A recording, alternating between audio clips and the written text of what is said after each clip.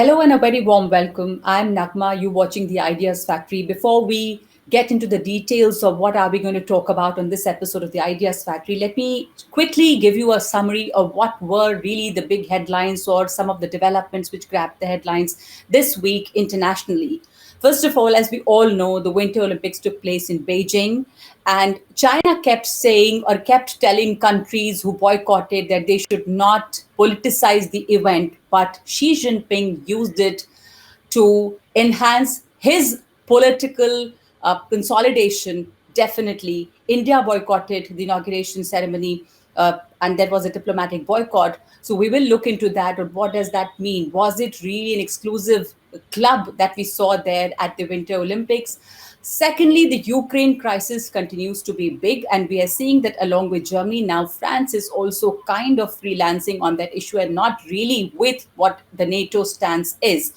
And of course, Sri Lanka, our neighbor. Sri Lanka is increasingly realizing that India is a more trusted partner, and foreign ministers' visit to India consolidated that. What is at stake as far as India Sri Lanka relationship is concerned, and how is China affecting that or not affecting the bilateral ties? We will look at all of that. To talk about all this and to analyze these developments for us is Professor Harsh Pant. A very warm welcome to you, Harsh. So let's start by looking at Ukraine and what's happening there. Very clearly, when Macron and Putin met, big statements coming from Macron where he says that there is no security for Europe if there is no security for Russia.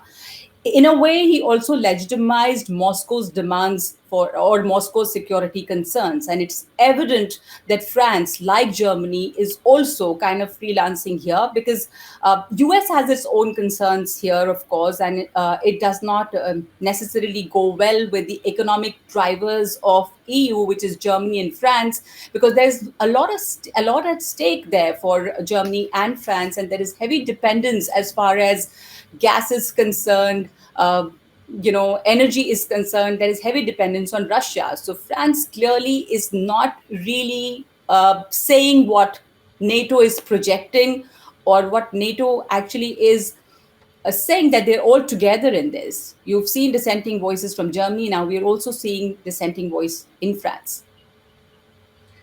Yes, I think there is the larger landscape in Europe is quite is emerging in a way that is, I think, giving us this sense of a certain sense of disaggregation in the Western camp.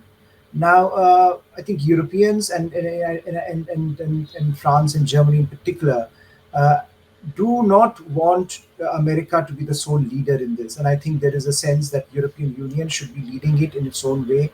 Should have. France, for example, has under Macron has been saying for a very long time that a strategic autonomy for European Union is essential. That that they need to carve out a position independent of America in global politics, and I think they feel that this is a moment perhaps where they can intervene and they can sort of take some kind of an onus to shape this conflict because they are worried that this conflict will impact Europe in a much more significant way. And to be fair to them, this is fundamentally about the restructuring of European security order that emerged in the post Second World War. So I think if France and Germany both are keen that they take the lead, and as you said, Mr. Macron has been more sensitive about the Russian position. He has been saying that Russian interests should be looked at carefully. But of course, I think he is also saying that look, there can't be any compromise on the sovereignty of Ukraine. So I think there is a dilemma here that how do you protect the sovereign rights of states like Ukraine that may, want to have an identity which is quite distinct from their Soviet identity. And on the other hand, there is a larger dynamic of great power politics where Russia is intruding into that space. Russia wants to retain that space. So, what is the role for Europe, for European countries, and for major European powers like France and Germany? And I don't think there is a degree of cohesion between European Union and NATO, and that tends to often happen because in the past also we have seen European Union when it takes certain decisions on foreign policy, particularly if they impact Europe. they tend to diverge from the US. So I think it would be interesting to see now what kind of conversations will happen between NATO and European Union. But one must also recall that the German Chancellor also was in Washington, and he also tried to present some sense of solidarity with Washington's position. So I think Russia perhaps. Is in a sense, Russia might be feeling that it has more cards to play, given a certain sense of disjointed effort that we are seeing emerging from the Western camp.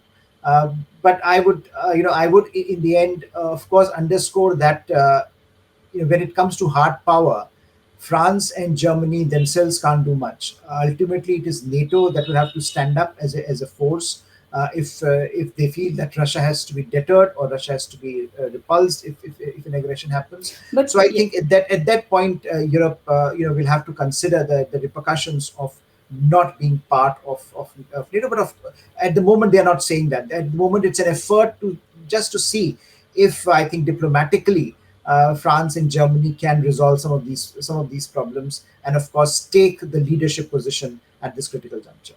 Uh, absolutely, but their stance basically is not exactly what US's stance is or what the NATO stance is. They are not really digressing much from what NATO is saying, but they're also also saying that they have an independent view because there is much more at stake for France and Germany, who are actually the main economic drivers of European Union. And there was also a term used, Harsh, Finlandization of Ukraine, which later Macron, of course, said that he has not used. But what's that? That when you talk about the sovereignty of Ukraine, I mean, is that an option that is being looked at?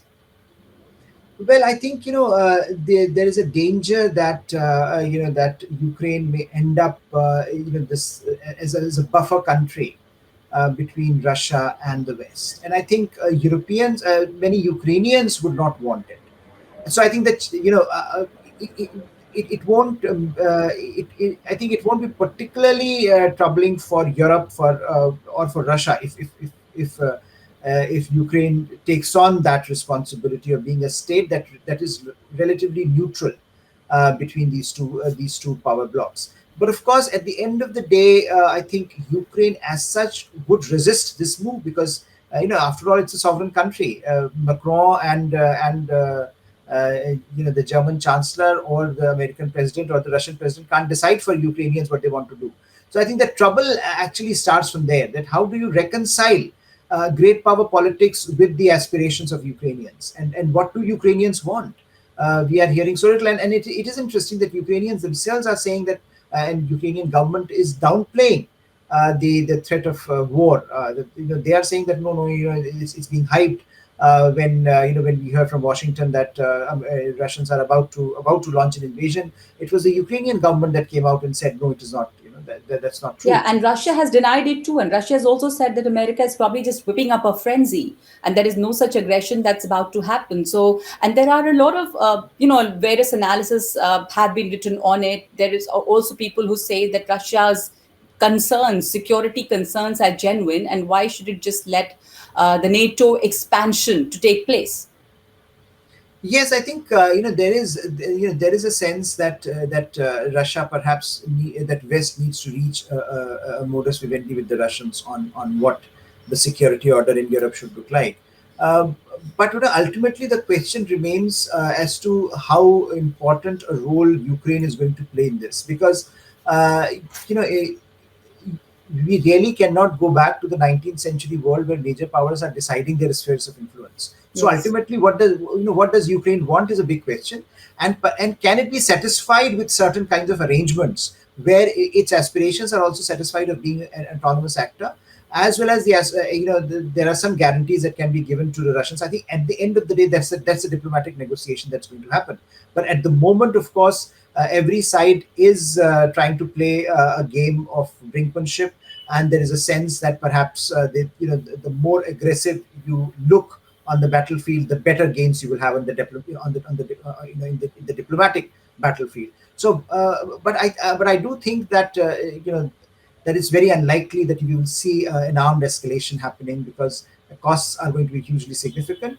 And of course, as we see, Europe does not want it, Russia does not want it, and many in America would also say that they don't. That actually, the focus of America has to be on China and domestic rejuvenation rather than fighting a Cold War era conflict with the Russians. So why not resolve it? So I don't think there's a danger there. The danger is, of course, inadvertent escalation, miscalculations, and misperceptions leading to a conflict in and around Ukraine. And as you say, Ukraine has to play a big role here. And what does Ukraine want? The big problem is we do not know what does Ukraine want, and what Ukraine wants is also very divided. There are different camps there, so that's a big problem.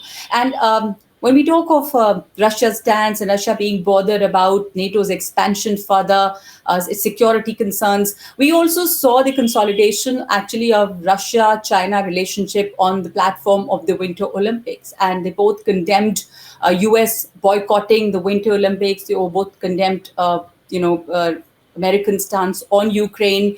The Winter Olympics also saw a diplomatic boycott by India, of course, because China using the a Galvan soldier as a torch bearer, as a flag bearer. Uh, First of all, I want to hear your analysis on the optics of that. The Galvan soldier being the torch bearer it clearly shows that China hasn't forgotten what happened in Galvan, and it's pretty riled up about that. Yes, I think for a country again that calls itself a great power, to make this pointed arrangement where you are after all you know it, we know that soldiers died from both India and China, and but at the end of the day, this is a border skirmish between two major powers. To make it the centerpiece of your projection during as big an event as Olympics somehow tells you the defensiveness that China has come in. And let's also recall that that was precisely the week when the news, when Western media, Australian media, in fact, came out with that story of the number of Chinese soldiers dying in Yes. Galwan. So I think there is a sense there that China has been bruised, that this is something that it does take seriously. Many in India say, "Oh, China does not take India seriously." But I think the fact that India stood up, Indian soldiers stood up to a mighty Chinese power on the border, and they were not only repulsed, but so many of them got killed. I think tells you that that China has taken it to heart, and the fact that they would use an officer who was there at that crisis to make a point is something also inevitably shows that China is making a big deal about it. That this is something that that this is and this can this means that India has to be prepared. That China has not forgotten it, and that China will certainly do all it can to somehow get back at India. But also, I think the larger use of such platforms for geopolitical purposes is something of a it also shows China in a different light. If you recall, Nagma, 2008 Olympics, the Summer Olympics that China hosted, they were sort of a coming out party of a China that is emerging from the shadows of colonization, of a second rate power to this world power. And there was a lot of appreciation around the world. People looked at China. This is now this big behemoth of a country, civilization taking its place under the sun. This time, if you look at the commentary around these Olympics, it is exactly the opposite. Not only countries have majority of the countries have diplomatically boycotted it, in the sense a large number of major powers have boycotted it, including, of course, the Western countries and India.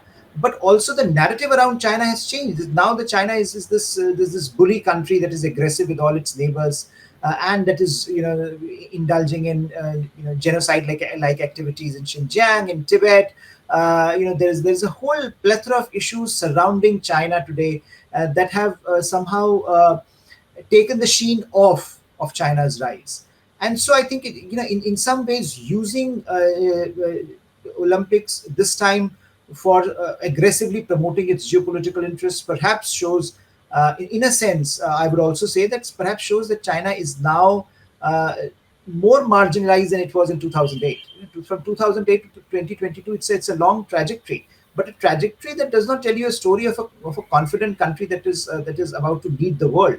That also tells you a story of a country that is because of its bullying tactics, now feels isolated and now has to pick and choose among countries. So you see, we saw great celebration with the Russian president, uh, Yes. or the Pakistani prime minister. Of course, he was not Yeah, given. so it was like an invitation to an exclusive club where only those were invited who agreed to China's model of development, and the Yeah. rest were not, and the rest were condemned, and China seemed to appear as a bigger bully.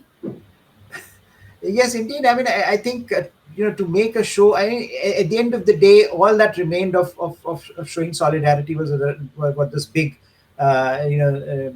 statement and big meeting with the Russian president. Apart from that, I think there was nothing to show, and so in that sense, I think we are looking at. Of course, at a new kind of geopolitics now. Of course, these blocks are getting consolidated, and I think one of the main stories, perhaps, which will implicate not only the global order but also Indian foreign policy, is how what kind of a relationship Russia and China will have.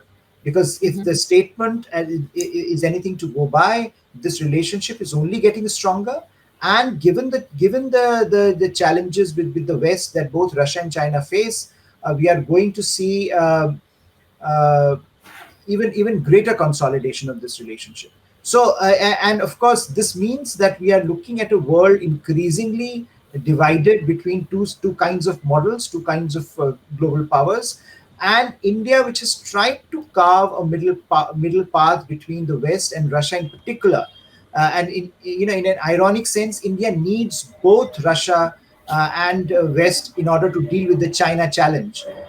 Will find itself in a difficult position because if the two sides, Russians and the Western countries, do not see eye to eye on global politics, do not see eye to eye on a range of issues, are increasingly Sure. at contestation, then I think the challenges for Indian foreign policy are going to rise, and they're only going to rise further with irrespective of what happens in Ukraine. Yeah.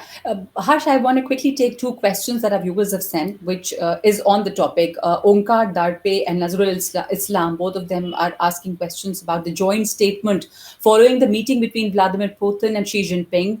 They say that there's a line which says that for Russia, Taiwan is a part of China and it opposes any form of independence of Taiwan, but Ukraine is not mentioned even once in a statement. Is China trying to downplay the situation in Eastern Europe, or is it just that it does not want to get involved in it directly? And also a question about the joint declaration of Russia China promising to deepen relationship with India through RIC forum. India abstaining in UNSC brought closer to Russia, but how the deepening relationship of the aforementioned two would affect India? You were just talking about the Russia China relationship, or the consolidation could be a cause of worry.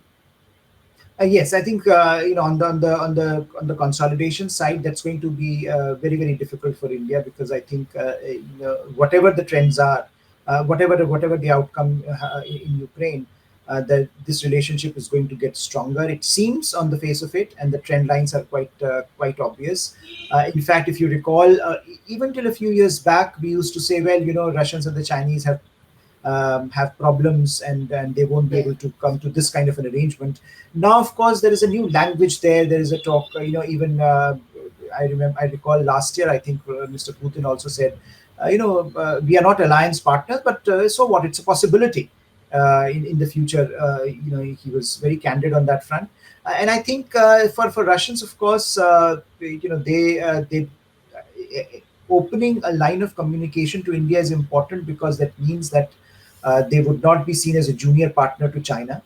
They want to retain that space in their engagements with China by opening up to India. But I think for India, the challenge is that as it focuses more on the Indo-Pacific, as it focuses more on managing China's rise, it will need friends and partners, and to create that, to continue to have that balance between the Russians and the Western countries, in light of what is happening and if the present trends continue, is going to be a challenge. And the Russians and Chinese are indicating that they are increasingly viewing the world through the same lens. Yes.